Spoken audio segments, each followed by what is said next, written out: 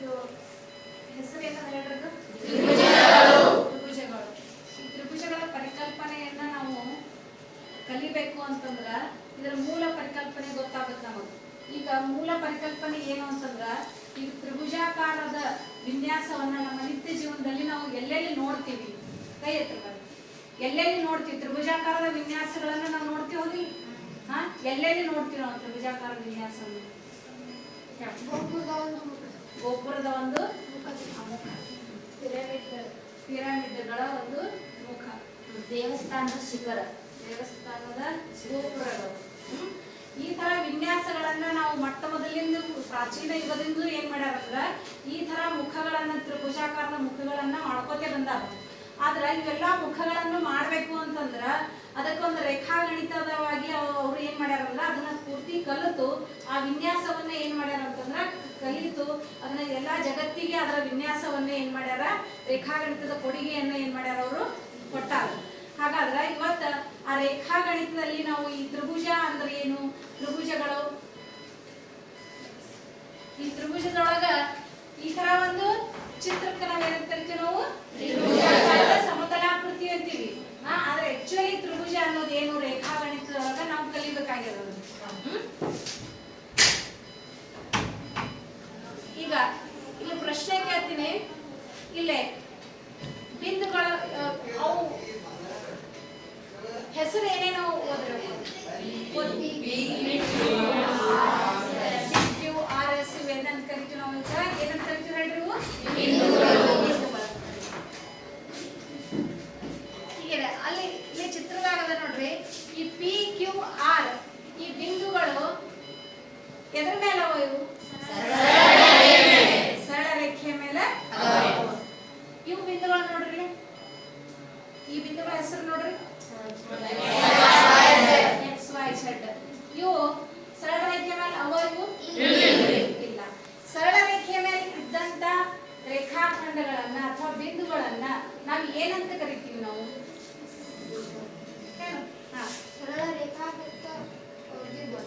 ಏಕರೇಖಾಗತ ಬಿಂದುಗಳು. ಹಾಗಾಗಿ ಈ ಬಿಂದುಗಳು ನಾವು ಏಕರೇಖಾಗತವಲ್ಲದ ಬಿಂದುಗಳು. ಹಾಗಾದ್ರ ಒಂದು ತ್ರಿಭುಜ ಅಂತ ರಚನೆ ಆಗ್ಬೇಕು ಅಂತಂದ್ರ ನಮಗ್ ಏನ್ ಬೇಕು ಅಂದ್ರ ಏಕರೇಖಾಗತವಲ್ಲದ ಏನ್ ಬೇಕು ನಮಗ, ಬಿಂದುಗಳು.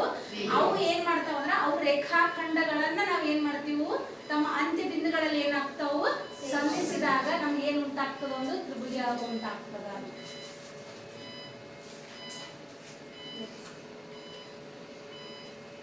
ಇದು ನೋಡಿ, ಜಿಯೋಜಿಬ್ರಾದ್ ಇದು ಆಪ್ ಇದು ಇದರ ಮೂಲಕ ನಾವು ಇಲ್ಲಿ ಅನೇಕ ಬಿಂದುಗಳನ್ನ ಇಲ್ಲಿ ಅವ ನೋಡ್ರಿ, ಇಲ್ಲೊಂದು ಕಾಣಿಸ್ತದ. ಈ ಬಿಂದು ಹೆಸರು ಯಾವ್ದು ಹೇಳ್ರಿ, ಅದು C. ಆಮೇಲೆ ಇಲ್ಲಿ ಅನೇಕ ರೇಖಾಖಂಡಗಳವ, ಅವು ಏಕರೇಖಾಗ ಒಂದೇ ರೇಖೆಯ ಮೇಲೆ ಅವು ಇಲ್ಲ. ಆಮೇಲೆ ಇಲ್ಲೊಂದು ತ್ರಿಭುಜ ಅದ ನೋಡ್ರಿ, ಇದು ಏನು ಏಕರೇಖಾಗತವಲ್ಲದ ರೇಖಾಖಂಡಗಳನ್ನ ತಗೊಂಡು ನಾವ್ ಏನ್ ಮಾಡಿವಿ ಅಂತಂದ್ರ ತ್ರಿಭುಜವನ್ನ ನಾವ್ ಏನ್ ಮಾಡಿವಿ, ರಚಿಸಿವಿ ನಾವು. ಈಗ ಇವತ್ತಿನ ದಿವಸ ಒಳಗ ನಾವು ತ್ರಿಭುಜ ರಚನೆ ಆಗ್ಬೇಕು ಅಂತಂದ್ರ 3 ಶೃಂಗಗಳು, 3 ಏಕರೇಖಾಗತವಲ್ಲದ ರೇಖಾಖಂಡಗಳು, ಇವಕ್ಕದ ಅವಶ್ಯಕತೆ ನಮಗದ. ಇವತ್ತಿನ ಇದ್ರೊಳಗ ನಾವು ಪಾಠದೊಳಗೆ ಏನೇನ್ ಕಲಿಯೋಣ ಅಂತಂದ್ರ ತ್ರಿಭುಜ ಅದರದ ಪರಿಕಲ್ಪನೆ, ತ್ರಿಭುಜದ ಆಮೇಲೆ ತ್ರಿಭುಜದ ಆಮೇಲೆ ತ್ರಿಭುಜದ ಗುಣಲಕ್ಷಣದೊಳಗ ನಮ್ಗೆ ಏನ್ ಬರ್ತದ ಅಂತಂದ್ರ 3 ಶೃಂಗಗಳು, ಆಮೇಲೆ ನೆಕ್ಸ್ಟ್ 3 ಆಮೇಲೆ 3 ಕೋನಗಳು, ಅಂತರ ಕೋನಗಳು. ಆಮೇಲೆ ಆ ತ್ರಿಭುಜದ ಪ್ರಕಾರಗಳನ್ನ ನಾವ್ ಏನ್ ಮಾಡೋಣ, ಇವತ್ತ ಅಭ್ಯಾಸ ಮಾಡೋಣ. ನೋಡಿ, ತ್ರಿಭುಜದೊಳಗ ತ್ರಿಭುಜ ಅಂದ್ರೆ ನಮ್ಗೆ ಗೊತ್ತಾಯ್ತು, ಏಕರೇಖಾಗತವಲ್ಲದ 3 ರೇಖಾಖಂಡಗಳು ತಮ್ಮ ಅಂತ್ಯ ಬಿಂದುವಿನಲ್ಲಿ ಛೇದಿಸಿದಾಗ ಏನು ಉಂಟಾಗ್ತದೆ, ನಮ್ಗೆ ಆಕೃತಿ ಏನು ಉಂಟಾಗ್ತದೆ ಹೇಳ್ರಿ, ಉಂಟಾಗ್ತದೆ. ಹಾಗಾದ್ರೆ ತ್ರಿಭುಜಕ್ಕ ಶೃಂಗಗಳು ಎಷ್ಟಿರ್ತಾವ ಹೇಳ್ರಿ, 3. ರೇಖಾಖಂಡಗಳು ಎಷ್ಟಿರ್ತಾವ ಹೇಳ್ರಿ, 3. ಆ ರೇಖಾಖಂಡಗಳನ್ನ ನಾವು ಏನಂತ ಕರಿತೀವಿ, ಬಾಹುಗಳು. ತ್ರಿಭುಜದ ಕೋನಗಳು ಎಷ್ಟು ಉಂಟಾಗ್ತಾವ, ಅಂತರ ಕೋನಗಳು ಎಷ್ಟು ಇರ್ತಾವ, 3 ಇರ್ತಾವ ತ್ರಿಭುಜ. ಹಾಗಾದ್ರೆ ತ್ರಿಭುಜದ ಕಲ್ಪನೆ ನಮಗಾಯ್ತು, ತ್ರಿಭುಜ ಅಂದ್ರೆ ಏನಾಯ್ತು. ಹಾಗಾದ್ರೆ ಈ ತ್ರಿಭುಜದೊಳಗ ನಾವು ತ್ರಿಭುಜದ ಪ್ರಕಾರಗಳನ್ನ ನಾವು ಹೇಗೆ ಉಂಟು ಮಾಡ್ತೀವಿ ಅಂತಂದ್ರ ಈ ಸಮಬಾಹುಗಳ ಆಧಾರದ ಮೇಲೆ ಮತ್ತು ಕೋನಗಳ ಆಧಾರದ ಮೇಲೆ. ಈಗ ಸಮಬಾಹು ತ್ರಿಭುಜ, ಸಮದ್ವಿಬಾಹು ತ್ರಿಭುಜ, ವಿಷಮಬಾಹು ತ್ರಿಭುಜ ಈ ಮೂರು ಏನು ಸೂಚಿಸ್ತಾವಂದ್ರ ಬಾಹುಗಳ ಆಧಾರದ ಮೇಲೆ ನಾವು ಅವ್ರನ್ನ ಏನ್ ಮಾಡ್ತೀವಿ ವರ್ಗೀಕರಣವನ್ನ ಮಾಡ್ತೀವಿ. ಇದೇ ತರ ಕೋನಗಳ ಆಧಾರದ ಮೇಲೆ ನಾವ್ ಏನ್ ಮಾಡ್ತೀವಿ ಅಂದ್ರ ಲಘು ಕೋನ ತ್ರಿಭುಜ,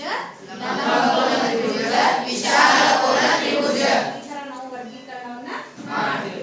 ಈಗ ಒಂದೊಂದಾಗಿ ಇದ್ರ ಬಗ್ಗೆ ನಾವ್ ಏನ್ ಮಾಡೋಣ ಅಭ್ಯಾಸ ಮಾಡ್ಕೋತ ಹೋಗೋಣ, ಅದ್ರ ಬಗ್ಗೆ ತಿಳ್ಕೊಳ್ಳೋಣ. ಈಗ ತ್ರಿಭುಜದ ABC ತ್ರಿಭುಜ, ಈ ತ್ರಿಭುಜದಲ್ಲಿ ಏನದ ಅಂತಂದ್ರ ಮೂರು ಬಾಹುಗಳು ಏನವ ಪರಸ್ಪರ ಏನವ ಸಮನಾಗ್ಯಾವ. ಮೂರು ಬಾಹುಗಳು ಪರಸ್ಪರ ಸಮ ಇತ್ತು ಅಂತಂದ್ರ ಆ ತ್ರಿಭುಜವನ್ನ ನಾವೇನಂತ ಕರಿತೀವಿ ನಾವು ಸಮಬಾಹು ತ್ರಿಭುಜ. ಹಾಗಾದ್ರೆ ಸಮಬಾಹು ತ್ರಿಭುಜದಲ್ಲಿ ಎಲ್ಲಾ ಕೋನಗಳು ಹೇಗಿರ್ತಾವ? ಸಮವಾಗಿರ್ತಾವ. ಎಲ್ಲಾ ಕೋನಗಳು ಪರಸ್ಪರ ಸಮವಾಗಿರ್ತಾವ. ಎಷ್ಟೆಷ್ಟು ಡಿಗ್ರಿ ಇರ್ತಾವ ಹೇಳ್ತೀರಿ? ಕೈ ಎತ್ತಿರಿ. ಸಮಬಾಹು ತ್ರಿಭುಜದಲ್ಲಿ ಒಳಕೋನಗಳು ಎಷ್ಟು ಡಿಗ್ರಿ ಇರ್ತಾವ? ಅಧಿಕ ಹೇಳು. 60 ಡಿಗ್ರಿ. ಪ್ರತಿಯೊಂದು ಕೋನದ ಅಳತೆ ಎಷ್ಟು ಇರ್ತದೆ? 60 ಡಿಗ್ರಿ. ಸಮಬಾಹು ತ್ರಿಭುಜ ಅನ್ಬೇಕು ಅಂತಂದ್ರ ಮೂರು ಬಾಹುನು ಏನಿರ್ತದಲ್ಲೇ ಸಮ ಇರ್ತದ. ಪ್ರತಿಯೊಂದು ಕೋನದ ಅಳತೆನೂ ಏನಿರ್ತದೆ? ಸಮ ಅಂದ್ರೆ ಎಷ್ಟು ಡಿಗ್ರಿ? ನಾವು ಸಮಬಾಹು ತ್ರಿಭುಜವನ್ನ ನಾವ್ ಏನಂತ ಕರಿತೀವಿ? ಸಮಕೋನೀಯ ತ್ರಿಭುಜ ಅಂತೂ ನಾವ್ ಏನ್ ಮಾಡ್ತೀವಿ ಅದನ್ನ ಸಮಬಾಹು ತ್ರಿಭುಜ ಮತ್ತು ಸಮಕೋನೀಯ ತ್ರಿಭುಜ. ಇನ್ನ ನೆಕ್ಸ್ಟ್ ಸಮದ್ವಿಬಾಹು ತ್ರಿಭುಜ. ಸಮದ್ವಿಬಾಹು ತ್ರಿಭುಜ, ಈ ಸಮದ್ವಿಬಾಹು ತ್ರಿಭುಜದೊಳಗ ತ್ರಿಭುಜದ ಯಾವ್ದಾದ್ರೂ ಎರಡು ಬಾಹುಗಳು ಸಮ ಇರ್ಬೇಕಿಲ್ಲ. ಇದೇ ಫಿಕ್ಸ್ AB ಇವನ್ ನಾವು ಮ್ಯಾಲಿನ ಎರಡೇನೆ ಬಾಹು ಹಿಂಗಂತೇಳಿ ಬೇಕಾದ ಎರಡು ಬಾಹುಗಳು ಸಮ ಇತ್ತು ಅಂದ್ರ ಅದಕ್ಕೆ ನಾವೇನಂತ ಕರಿತೀವಿ? ನಾವು ಅದಕ್ಕೆ ಸಮದ್ವಿಬಾಹು ತ್ರಿಭುಜ ಅಂತ ಕರಿತೀವಿ ನಾವು.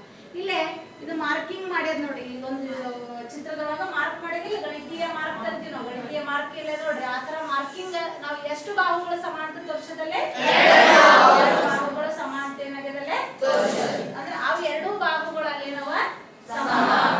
ಇನ್ನ ಸಮದ್ವಿಬಾಹು ತ್ರಿಭುಜದ ಇನ್ನೊಂದು ಗುಣಲಕ್ಷಣ ಏನು ಅಂತಂದ್ರ ಯಾವ ಬಾಹುಗಳು ಸಮ ಇರ್ತಾವಲ್ಲ ಅದರ ಅಭಿಮುಖ ಕೋನಗಳನ್ನು ಏನಿರ್ತಾವ ಹೇಳ್ರಿ? ಅವು ಸಮನಾಗಿರ್ತಾವ.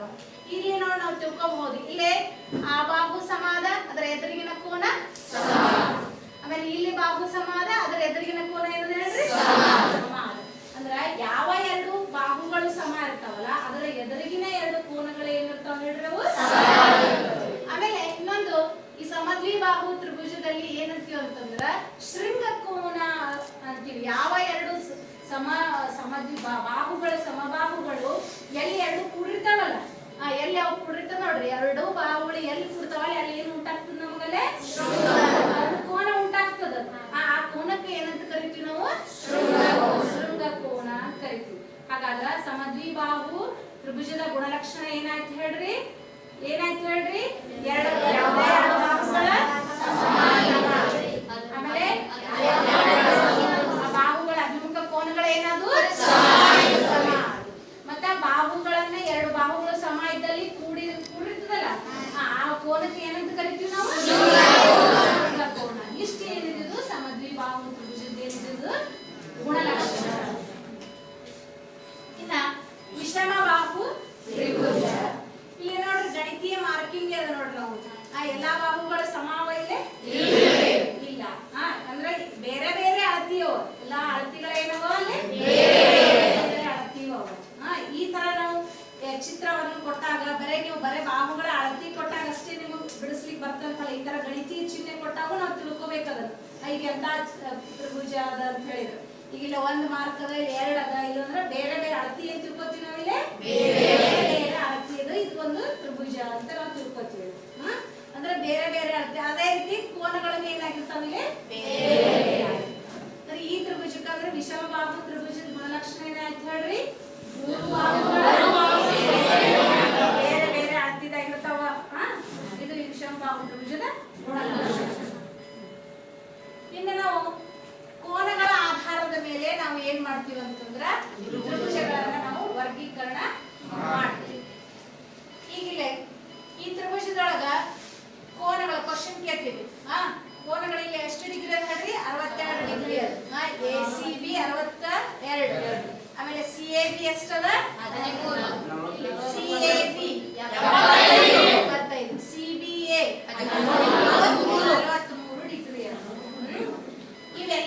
ಕೋನಗಳು ಎಂತಹ ಕೋನಗಳು? ಕೋನಗಳ ಪ್ರಕಾರಗಳನ್ನು ಕಲ್ತಿರ್ರಿ. ಎಂತಹ ಕೋನಗಳು ಹೇಳ. ಎಲ್ಲಾ ಕೋನಗಳು ಏನವಲೆ? ಲಘು ಕೋನಗಳು.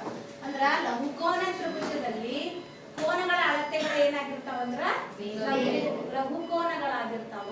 ಅಂದ್ರೆ ಎಷ್ಟು ಡಿಗ್ರಿಗಿಂತ ಕಡಿಮೆ ಹೇಳ್ರಿ? 90 ಡಿಗ್ರಿಗಿಂತ ಕಡಿಮೆ. ಇಲ್ಲಿ ಅಳತೆ ಕೋನ ಏದು 90 ಡಿಗ್ರಿಗಿಂತ ಚಿಕ್ಕದು. ಬಿ ಏನದ 90 ಡಿಗ್ರಿಗಿಂತ ಚಿಕ್ಕದು. ಸಿ ಏನದ 90 ಡಿಗ್ರಿಗಿಂತ ಚಿಕ್ಕದು. ಇದು ಏನಿದು ನಮ್ದು ಲಘುಕೋನ ತ್ರಿಭುಜದ ಗುಣಲಕ್ಷಣ. ಇನ್ನ ಲಂಬಕೋನ ತ್ರಿಭುಜ. ಲಂಬಕೋನ ತ್ರಿಭುಜದೊಳಗ ಯಾವ್ದಾದ್ರೂ ಒಂದು ಕೋನ ಎಷ್ಟು ಡಿಗ್ರಿ ಆಗಿರ್ತದೆ? ಅದು 90 ಡಿಗ್ರಿ ಆಗಿರ್ತದೆ. ಹಾಗಾದ್ರೆ ನಾನು ಕ್ವಶನ್ ಕೇಳ್ತೀನಿ, ಇನ್ನು ಎರಡು ಕೋನಗಳು ಯಾವ ಅಳತೆಯ ಕೋನಗಳ ಯಾವ ಅಳತೆ ಆಗಿದ್ಲು ಯಾವ ಪ್ರಕಾರದ ಕೋನಗಳಾಗಿರ್ತಾವ? ಇನ್ನು ಎರಡು ಕೋನಗಳು ಇಲ್ಲೇ ಒಂದು ಲಘು ಇಲ್ಲೇ 90 ಡಿಗ್ರಿ ಇದನ್ನ ಆ ಕೋನ ಮತ್ತೆ ಈ ಕೋನ ಯಾವ ಪ್ರಕಾರದ ಕೋನ ಆಗಿರ್ತಾವ? 45 ಅಂದ್ರೆ ಸಮದ್ವಿಬಾಹು ಲಂಬಕೋನ ಇದ್ದಾಗ ಅಷ್ಟೇನೆ ಏನ್ ಬರ್ತದ? ಅದನ್ನು 45 ಬರ್ತದ, ಇದನ್ನು ಏನ್ ಬರ್ತದ ನಮಗದು 45 ಬರ್ತಾವ. ಇಲ್ಲಿ ಇಲ್ಲಾರ್ದಲ್ಲಿ ಏನ್ ಬರ್ತಾವ? ಅದು ಬೇರೆ ಬೇರೆ ಲಘು ಕೋನಗಳೇ ಆಗಿರ್ತಾವ. ಸಮದ್ವಿಬಾಹು ಲಂಬಕೋನ ಇದ್ರೆ ಅಷ್ಟೇನೆ ಏನ್ ಬರ್ತದ? ಅವು ಇನ್ನೆರಡು ಕೋನಗಳು ಪರಸ್ಪರನೇ ಏನಿರ್ತಾವ? ಸಮನಾಗಿ 45 ಏನಿರ್ತಾವ ಅಲ್ಲಿ ಸಿಗ್ತಾವ.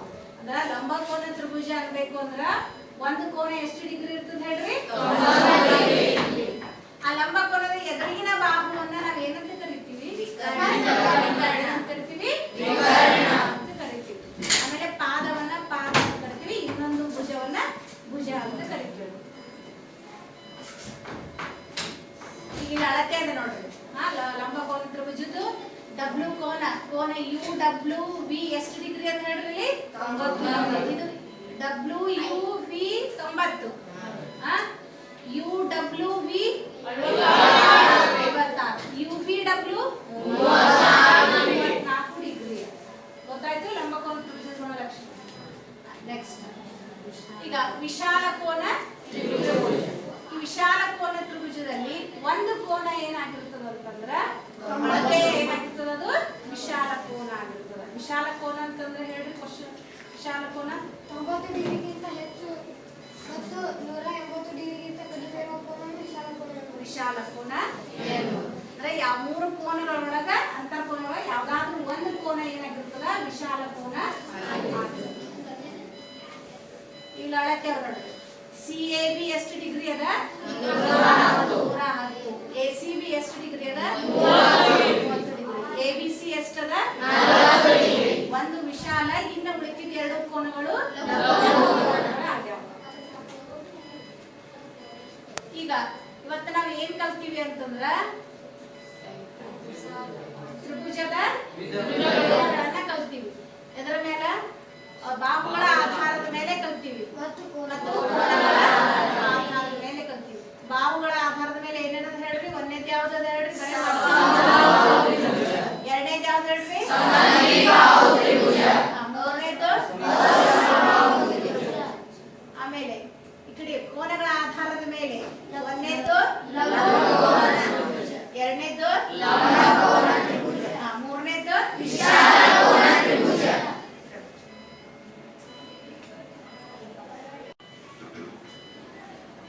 ಈಗ ಈ ಚಿತ್ರದೊಳಗ ಕೆಲವೊಂದು ಪ್ರಶ್ನೆಗಳನ್ನ ಕೇಳ್ತೀನಿ. ಆ ಪ್ರಶ್ನೆಗೆ ಕೈ ಎತ್ತರಿ ಉತ್ತರ ಹೇಳ್ತೀನಿ.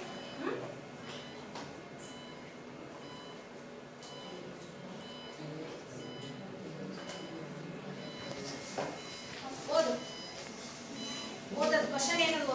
ತ್ರಿಭುಜ PSQ ದಲ್ಲಿ ಕೋನ PSQ ಯಾವ ವಿಧದ ಕೋನ? ಯಾವ ವಿಧದ ಕೋನ?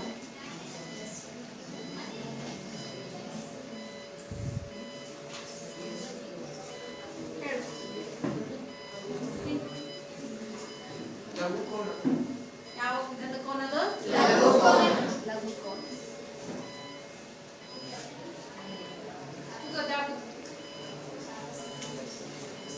ಓದೋದು ಕ್ವಶನ್ ಏನು? ಓದೋದು ತ್ರಿಭುಜ SQದಲ್ಲಿ SR ಏನನ್ನು ಸೂಚಿಸುತ್ತದೆ?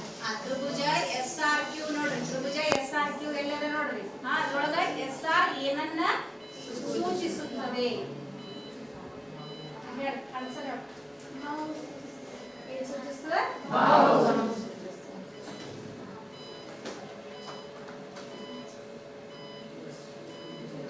ಓದು. ವಸಂತ ಓದು, ಪ್ರಶ್ನೆ ಓದು. ತ್ರಿಭುಜ SPQ ಇದು ಯಾವ ವಿಧದ ತ್ರಿಭುಜ? ಹಾ. ಹೇಳಿ. ಲಂಬಕೋನ ತ್ರಿಭುಜ. ಲಘುಕೋನ ತ್ರಿಭುಜ. ಹೇಳಿ ಫ್ರೀ. ಲಘುಕೋನ ತ್ರಿಭುಜ. ಹೇಳಮ್ಮ. ಸಮದ್ವಿಬಾಹು ತ್ರಿಭುಜ. ಗುಡ್. ಭಾಗ್ಯ ಹೇಳು. ಸಮದ್ವಿಬಾಹು ತ್ರಿಭುಜ. ಗುಡ್.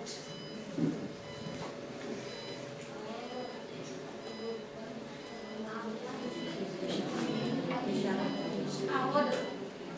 ಸಂತೋಷ ಓದು. ತ್ರಿಭುಜ TPQ ದಲ್ಲಿ ಕೋನ TPQ ಯಾವ ವಿವಿಧ ಕೋನ? ಹಾ.